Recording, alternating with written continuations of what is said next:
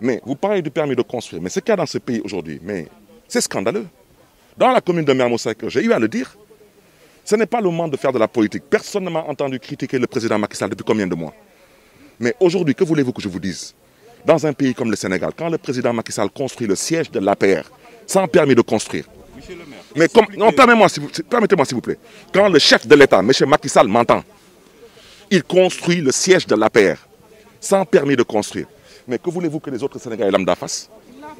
Il l'a fait. Il a construit sans permis de conduire? Sans permis de construire, parce que j'ai refusé de signer à l'APR un permis de construire pour un conflit d'intérêts manifeste. Comment le président de la République peut nommer le président du conseil d'administration de Dakar Demdik, ainsi que le directeur général de Dakar Demdik, et nous faire croire que Dakar Demdik s'est réuni en conseil d'administration et a décidé de vendre à l'APR une assiette foncière? Je répète, aujourd'hui, Dakar Demdik ne jouit ni de l'abus, ni de l'usus, ni du fructus sur le foncier qui est mis à sa disposition pour un dépôt. L'État du Sénégal a mis le foncier à la disposition de Dakar Demdik pour une mission de service public.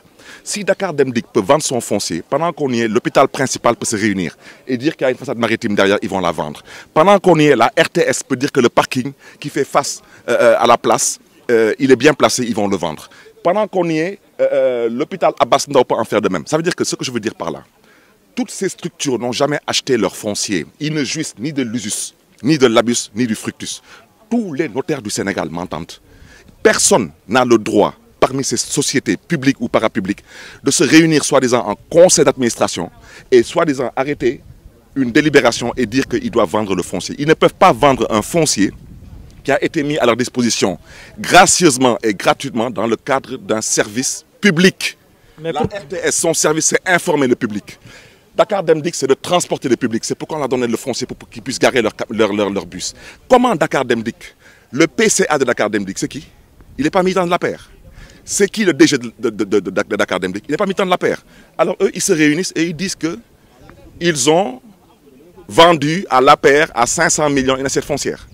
Qui a payé l'assiette foncière? Devant quel notaire? Qui a cotisé 500 millions? Mais monsieur le maire, aujourd'hui, Macky Sall a construit le siège de l'APR en pleine nuit avec la gendarmerie parce qu'il a refusé de répondre à mes sommations. Mais je l'ai déjà dit, je le répète, ce n'est que partie remise. Ce siège, un jour, sera la maison des jeunes de Dakar. Donc c'est justement la question. Pourquoi? Avec le foncier du peuple sénégalais et avec l'argent du peuple sénégalais. Aujourd'hui, je ne voulais pas en parler, mais je veux vous le dire et le répéter.